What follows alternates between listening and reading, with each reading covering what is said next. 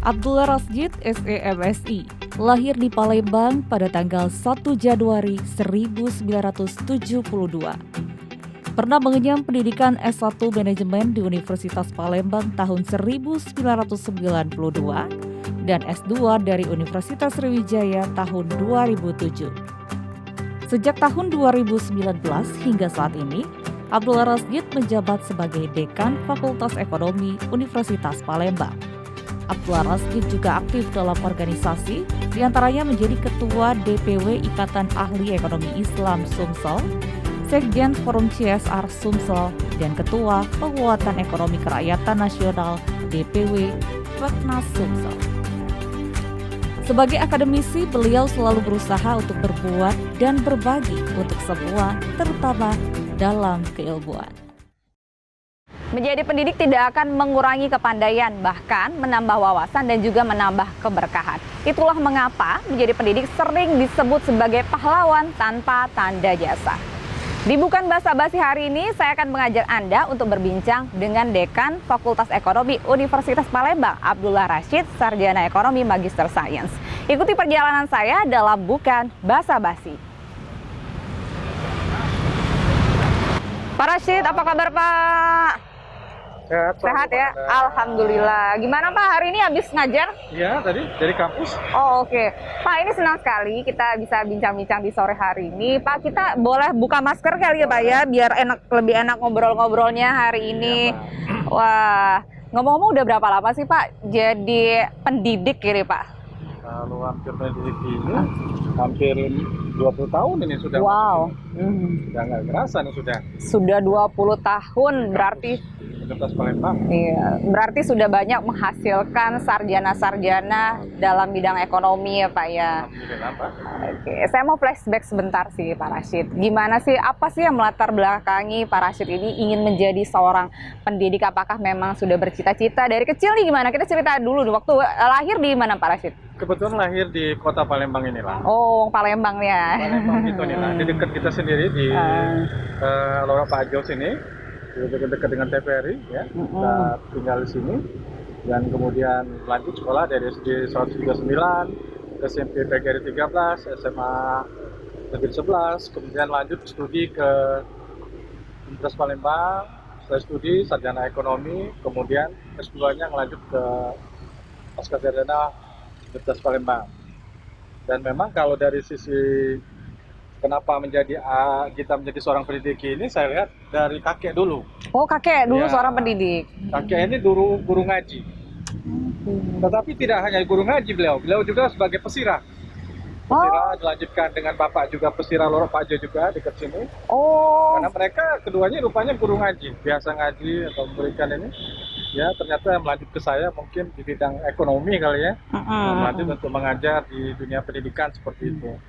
Itu yang menjadi tolak ukur kita sehingga alhamdulillah bisa melanjutkan cita-cita orang tua. Selain dari melihat Bapak ya yang seorang guru ngaji gitu, bagaimana perjalanannya waktu Pak Rasjid sendiri menempuh pendidikan seperti itu? Kebayang nggak sih kalau ternyata jadi dosen gitu? Memang sudah terfikirkan apakah memang, karena kan orang tua guru ngaji, maksudnya dalam arti kan saya ingin jadi pendidik aja, tapi ternyata jadi dosen ini Pak. Bagaimana perjalanan ini? Kalau dari sisi perjalanan saya juga nggak nyangka. Oke. Tadinya di dunia perbankan sempat, terus di pernah di perbankan juga? di Swamitra, kemudian juga di kegiatan lainnya. Tapi ternyata larinya ke pendidik, jawabannya memang dari orang tua tadi, dasarnya itu sehingga kita melanjutkan pendidikan ini, akhirnya mengajar di perguruan sekolah. Itu nggak nyangka juga sebenarnya. Nah, gimana tuh kok? Nggak nyangka juga nih. Tantangan juga ya pada saat itu memang kita agak dulu kerja di luar gitu kan. Kerja di luar di perbankan gitu. Dunia profesional ya, jadi pendidik setelah itu. Kemudian akhirnya, tapi sebenarnya sejak kebetulan saya juga ketua senat, senat mahasiswa perguruan tinggi. Kemudian sempat mengajar juga sih sebenarnya. Jadi dari mengajar apa dulu? Tentu nggak kewirausahaannya. Kewirausahaan. Ternyata memang dari dulu seminar ya, khususnya seminar tentang wirausahanya ternyata melanjut terus gitu Mbak. Kita sambil jalan-jalan ini Iya, Pak, awas. kita lihat kota Palembang sudah bagus sekarang. Benar sekali. Pemerintah Kota Palembang sudah mampu membuat kemajuan dunia wisata ya di Palembang ini lebih baik seperti itu.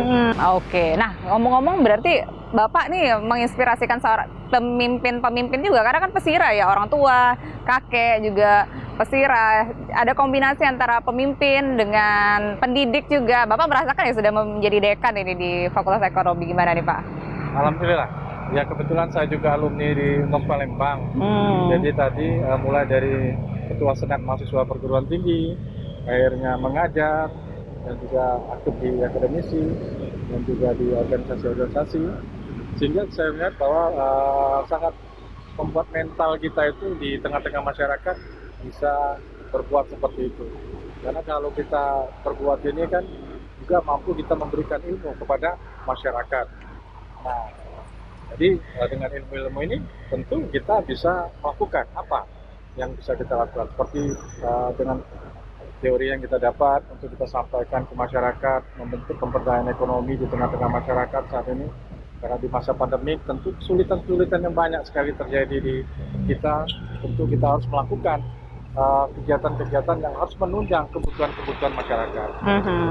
Pak Rashid dulu waktu sekolah gimana Pak? Kalau misalnya jadi pendidik tuh biasanya dia yang rajin belajar, kemudian juga memang aktif di berbagai macam kegiatan. Gimana tuh dulu waktu sekolah, Pak?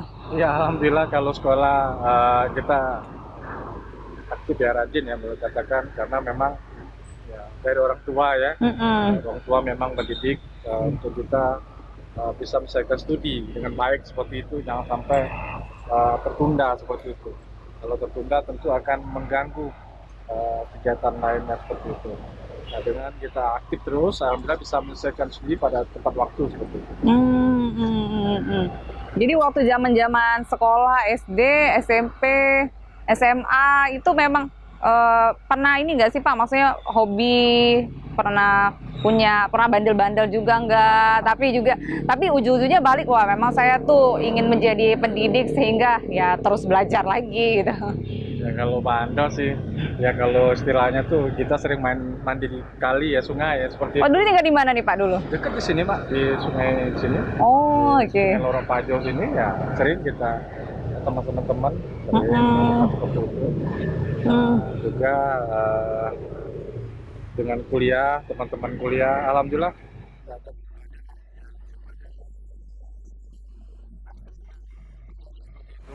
Alhamdulillah semuanya berjalan dengan baik seperti itu. Gimana Pak menghadapi mahasiswa karena sudah 20 tahun nih, banyak juga nih pasti yang sudah sarjana-sarjana yang kemudian ketemu Rashid, saya sudah menjadi ini, gimana nih rasanya nih Pak? Alhamdulillah kita tadi dengan kita berbagi ini, kita sangat senang sekali dengan mahasiswa yang lulus, kemudian juga bisa menempatkan diri di pemerintah atau di swasta dan sering ketemu dengan kita. Dan tentu kita akan senang dengan itu, dan kita sangat bangga sekali kepada mahasiswa.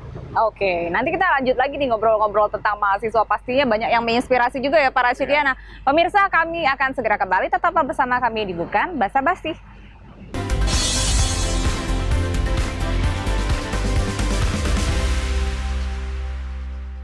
Wah, Pak Rashid, kita tadi ngobrol-ngobrol tentang mahasiswa-mahasiswanya. Sebenarnya sih Pak Rashid, kalau menurut Pak Rashid sendiri, apa sih sebenarnya harus disiapkan oleh calon-calon peserta didik ini sebelum dia memasuki dunia universitas, Pak Rashid?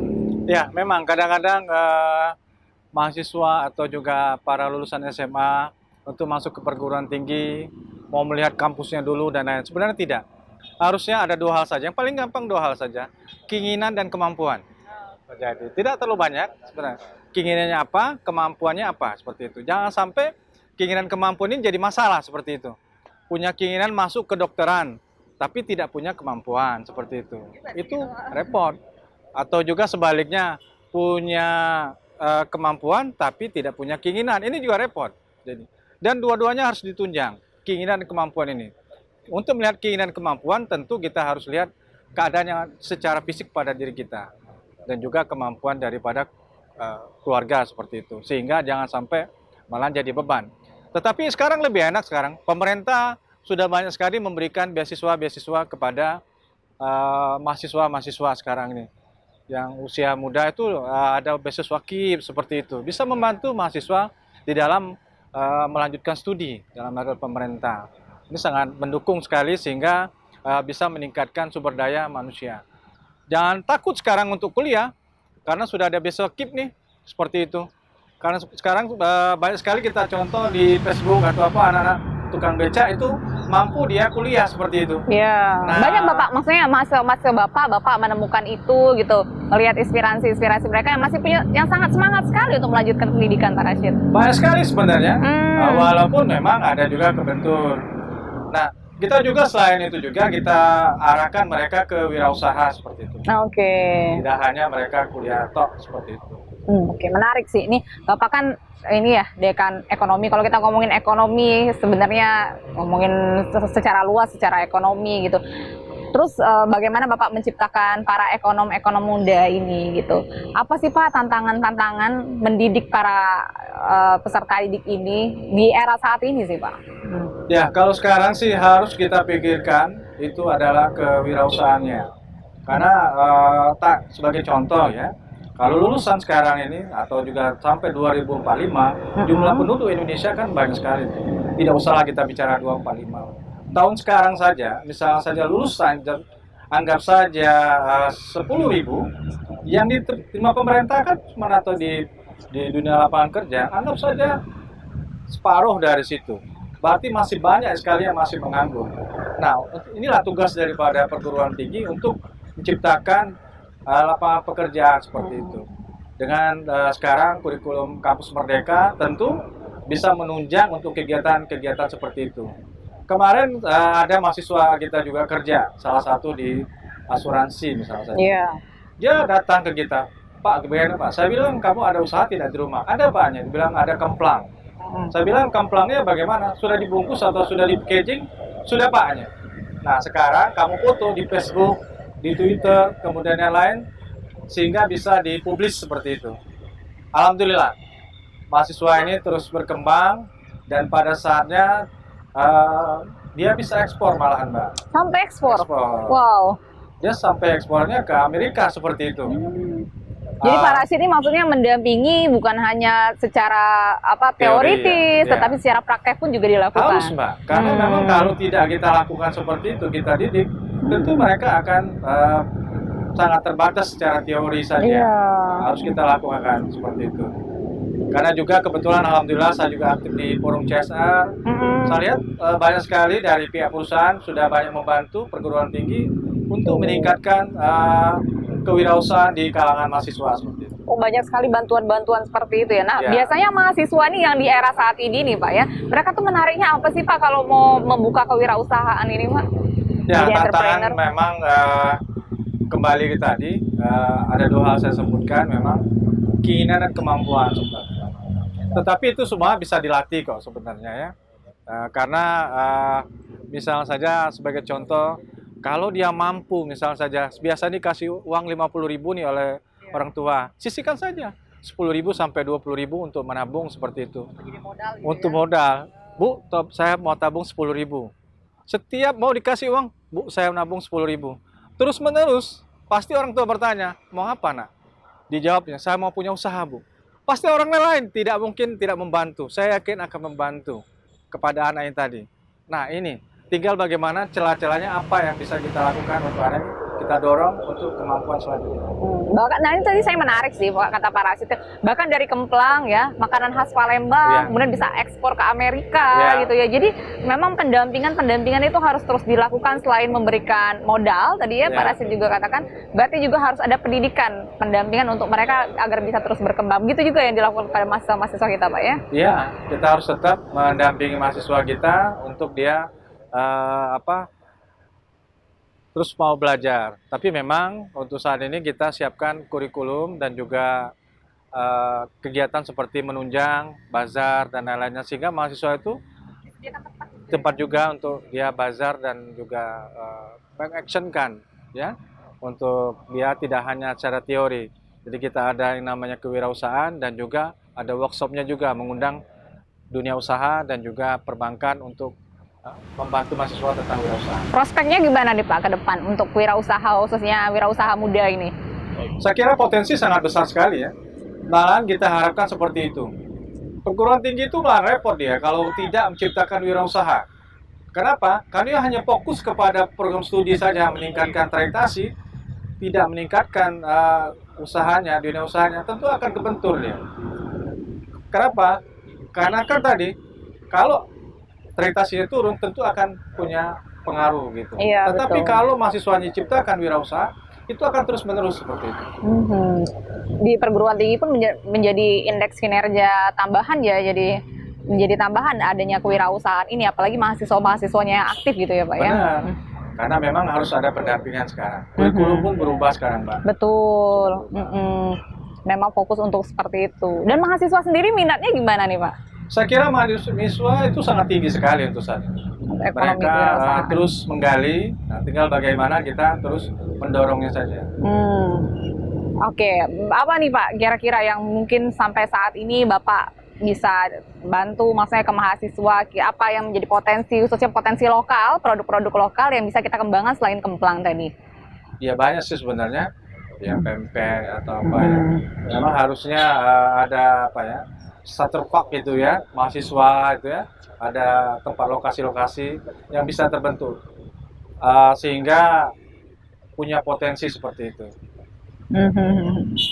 Oke, semakin menarik kita ngomongin pendidik. Nah, ini gimana sih Pak kita untuk memotivasi para peserta didik ini, para anak-anak yang berjiwa muda ini. Emang biasanya gimana sih Pak? Apakah mereka tuh cenderung malas atau cenderung semangat? Biasanya gitu Pak kalau selama dalam belajar nih, pengalaman Bapak 20 tahun Pak. Ya, kalau sekarang ini saya lihat memang perlu kita jaga attitude-nya juga ya. Ya, karena memang perubahan zaman lah. Apalagi sekarang ada TikTok dan lain-lain, itu saya lihat perubahan attitude, sikap mahasiswa Semakin juga. cuek kayaknya ya Pak ya. Iya, sikap ini harus kita juga dijaga seperti itu. Oke, baik. Nah, kita akan ngobrol-ngobrol lagi sih Pak, semakin menarik untuk kita bahas lagi. Ini pemirsa, kami akan segera kembali. Tetaplah bersama kami di Bukan Basa-Basi.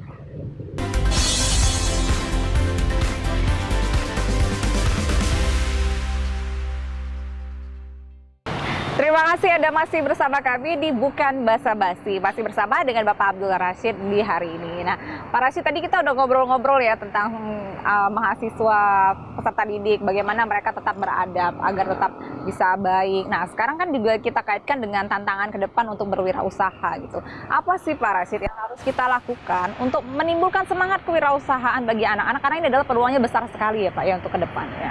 Iya, bagi kami di perguruan tinggi yang harus cepat dibenahi itu adalah kurikulumnya. Kurikulum, kemudian meningkatkan SDM, sehingga seluruh komponen yang ada menunjang daripada kewirausahaan itu sendiri. Kalau saya itu sebelum mengajar 5 menit atau berapa menit kita harus memberikan motivasi terus kepada Motivasi mahasiswa. itu penting ya, betul. Untuk mahasiswa berwirausaha seperti itu. Sehingga kami di kampus kita itu mengadakan bazar. Dan saya yakin teman-teman di fakultas lain, di perguruan tinggi di seluruh Indonesia ini juga mengadakan seperti itu. Sehingga memang benar-benar implementasi itu ada. Iya, praktek itu penting sekali ya sekarang ini untuk mahasiswa peserta didik ya Pak ya. Benar, seluruh perguruan tinggi semuanya mengadakan seperti itu. Karena kalau tidak hanya teori, ya itu dampaknya hanya mereka terbatas seperti itu. Betul, malas kadang-kadang, apalagi ya dengan era sekarang ya, maksudnya anak-anak milenial sekarang maunya memang bergerak cepat gitu ya Pak ya. Jadi memang praktek itu penting. Nah Pak Rashid, ini ada juga yang menarik nih. Sekarang ini yang sedang rame ini adalah bagaimana sih untuk mengkaitkan perekonomian, karena kita tahu mencari ekonomi adalah mencari uang, mencari penghasilan yang halal gitu ya. Jadi sedang ramai sekali dengan yang namanya ekonomi syariah, ke ekonomi Islam seperti itu ya Pak ya. Nah, kebetulan sekali nih Bapak juga sebagai ketua ekonomi syariah ya, ekonomi Islam Sumatera Selatan. Jadi apa sih Pak maksudnya dikaitkannya ketika kita memang mencari penghasilan tetapi juga kita mendapatkan berkah nih Pak Rashid? Iya benar, jadi potensi ekonomi syariah di seluruh dunia ini sangat potensi sekali. Malah kebalik, kalau kita pikirkan pasti yang paling besar tuh potensi yang besar adalah di Arab Saudi. Iya. Padahal salah. Itu lebih besarnya di Inggris malahan. Itu yang kita kebalik gitu malah. Potensi seperti apa nih Pak biasanya? Ya, mereka lebih mengimplementasikan ekonomi syariah di kehidupan mereka malah di luar, itu di Eropa malah. Prinsip-prinsip apa Pak yang mereka ini? Sistem-sistem yang ada dikaji seperti itu. Sebenarnya kan sudah jelas disampaikan oleh Nabi Muhammad SAW bahwa semua kegiatan beliau tentang dunia usaha harus diikuti seperti itu.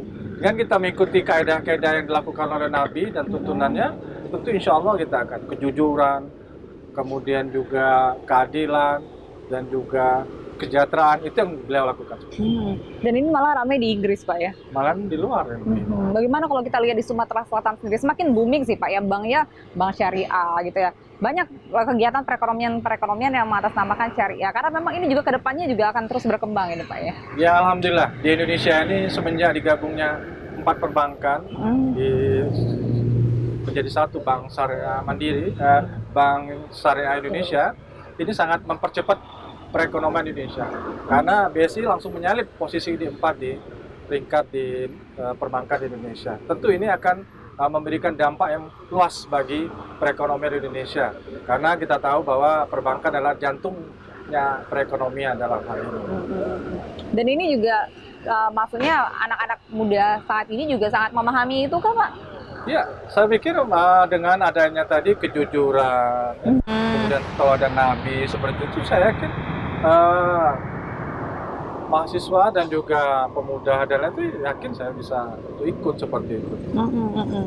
Apa yang mungkin bisa dilakukan oleh anak-anak muda, generasi muda untuk mengembangkan ekonomi syariah ini Pak? Sebenarnya banyak sekali potensi yang ada. Kalau misalnya dari remaja masjid ini yang paling gampang ya.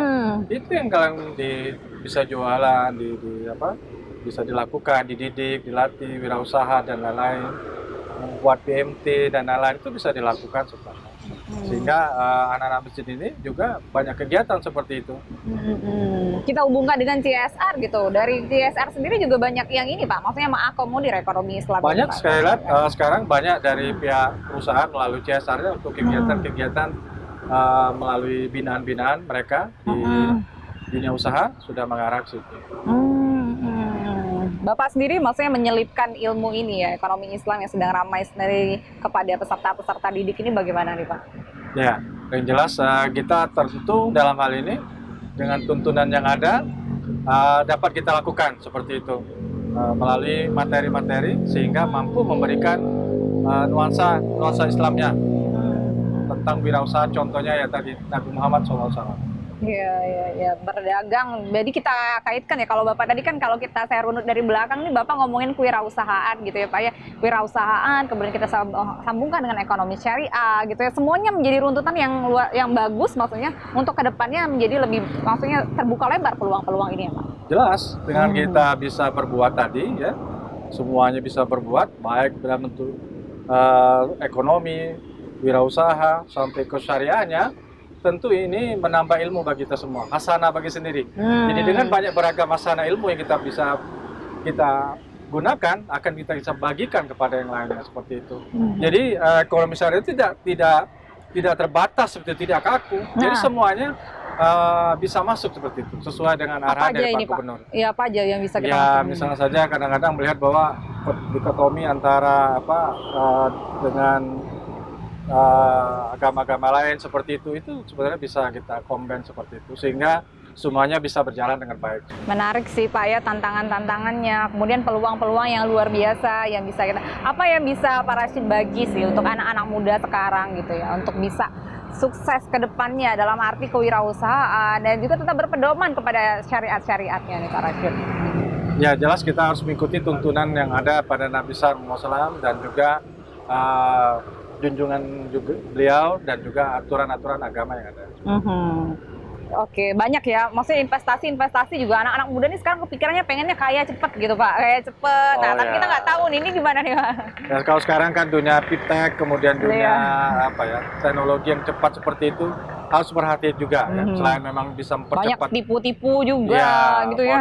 Juga kita ingatkan kepada masyarakat untuk hati-hati nih dalam hal fintech dan juga pembiayaan juga harus hati-hati karena banyak juga yang sudah tertipu di masyarakat dalam hal ini. Itu juga menjadi sebuah tantangan. Wah, Pak Rashid, terima kasih sekali. Ini bermanfaat sekali khususnya untuk anak-anak yang jiwa muda yang ingin melakukan wirausaha gitu ya. Pasti sudah mendapatkan ilmu-ilmu yang banyak sekali dari Pak Rashid. Terima kasih sekali Pak Rashid. Terima kasih. Senang sekali akhirnya Makasih, tapi Mbak. waktu kita juga sudah mau habis ini. Pemirsa, banyak sekali manfaat yang bisa kita terima terkait perbincangan kami dengan Bapak Abdullah. Nah, kita ketahui bahwa berbagi itu menjadi hal yang sangat penting, apalagi berbagi ilmu sehingga menimbulkan berkah yang luar biasa. Dan seperti yang saya katakan bahwa berbagi pengetahuan itu tidak akan mengurangi pengetahuan kita sama sekali, malah menambah keberkahan serta khazanah ilmu pengetahuan kita. Inilah akhir perbincangan kami di Bukan Basa-Basi. Senang sekali bisa bertemu dengan Anda. Saya mewakili kerabat kerja yang bertugas. Pamit undur diri. Assalamualaikum warahmatullahi wabarakatuh dan sampai jumpa.